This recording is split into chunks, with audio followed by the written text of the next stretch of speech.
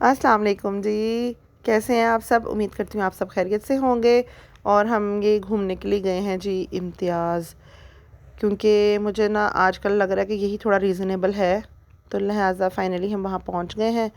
और वहाँ पर जा के ना मतलब इतनी चीज़ें इकट्ठी देखने को मिल जाती हैं कि समझ नहीं आती बंदा क्या करे क्या ना करे, बंदा किधर को जाए किधर को ना जाए। मतलब हमें तो दो चार प्रोडक्ट्स का ही पता है ना, पॉन्ड्स है, ये है, वो है। मैं यहाँ जाके इतना हैरान हुई, पता नहीं कौन कौन सी क्रीम, सन ब्लॉक और फेस वॉश, अल्लाह जाने क्या क्या था। फिर था जनाबी जूतों का सेक्शन, और जूतों की यहाँ पर सब कीमतें ही ना रिजनेबल थी। मतलब कोई ये नहीं था कि बहुत ज़्यादा थी या कुछ।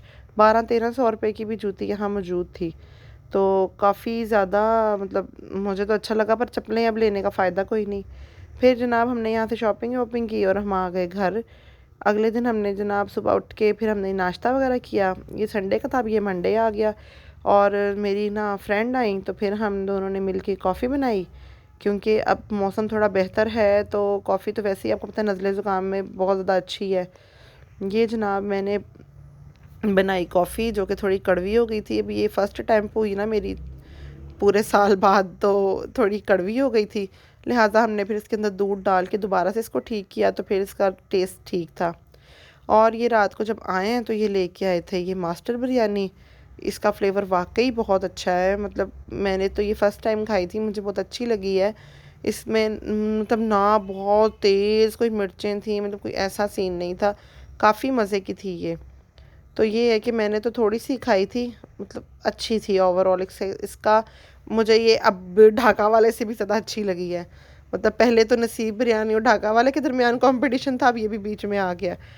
और जनाब मैंने बनाया आलू गोश्त, जिसके लिए मैंने ना पहले से ही ये बॉईल करके रखा था गोश्त। फिर मैंने इसके अंदर प्याज, नमक, मिर्च, हल्दी वगैरह सारा कुछ डाल के रखा, क्योंकि वो गोश्त तो बॉयल्ड था। फिर इसमें टमाटर डाले, मैंने आंच तेज़ ही रखी ताकि फटाफट जो टमाटर हैं वो घुल मिल जाएँ। फिर आलू डाल के मैंने इसके अंदर मिर्चें और इलायची डाली, और इसको अच्छे तरीके से ऑयल डाल के भूना। जब अच्छे तरीके से ये भुन गया, फिर मैंने इसके अंदर पानी डाल के इसको दम पे रख दिया था। तो जनाब साथ मेरी हांडी भी तैयार हो गई थी।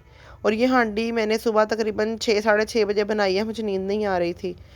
ये देखें जी, खाना मेरा तैयार भी हो गया था। और उसके बाद फिर सारा दिन बंदे को ये समझ नहीं आती क्या करें। तो फिर कल तो मैंने ना सारा दिन लगा के जी सेटिंग चेंज की। और जब सुबह मैंने बच्चों को उठाया, इतनी तेज़ बारिश थी। फिर बहरहाल बारिश के अंदर ही हम लोग गए स्कूल। हमारी पढ़ाई के साथ लगन देखें आप। बारिश इतनी तेज़ थी कि जनाब मुझे लग रहा था कि बाहर पानी वानी खड़ा होगा, पर शुक्र है हालात बेहतर ही थे। सारिम तो कलर में चला गया था, ताशफा ने यूनिफॉर्म पहन लिया था। फिर मैं इनको छोड़ के आई, फिर जो इनके फ्रेंड्स वगैरह थे उनको जाने का इतना इशू हो रहा था। फिर मैं बारी बारी उन सबको छोड़ के आई। जब हम स्कूल पहुँचे हैं तो इन्होंने बड़ा अच्छा अरेंज किया हुआ था कि मतलब यहाँ से ना बच्चों को लेके जा रहे थे छतरी के अंदर ना कवर करके, ताकि बच्चे भी गीले ना हों। जैसे मौसम काफ़ी हद तक चेंज हो गया, सभी तो बच्चे बीमार हो रहे हैं। तो उन्होंने काफ़ी अच्छा ये सिस्टम किया हुआ था बच्चों को, मतलब क्लासेस में छोड़ के आ रहे थे। आया जी जो इनकी थी वो छोड़ के आ रही थी।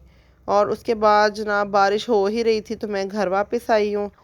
घर वापस आके फिर मैंने ना क्या उसे कहते हैं, जैसे कि आपको बताया था, मैंने सारी सेटिंग वगैरह अपनी चेंज की थी।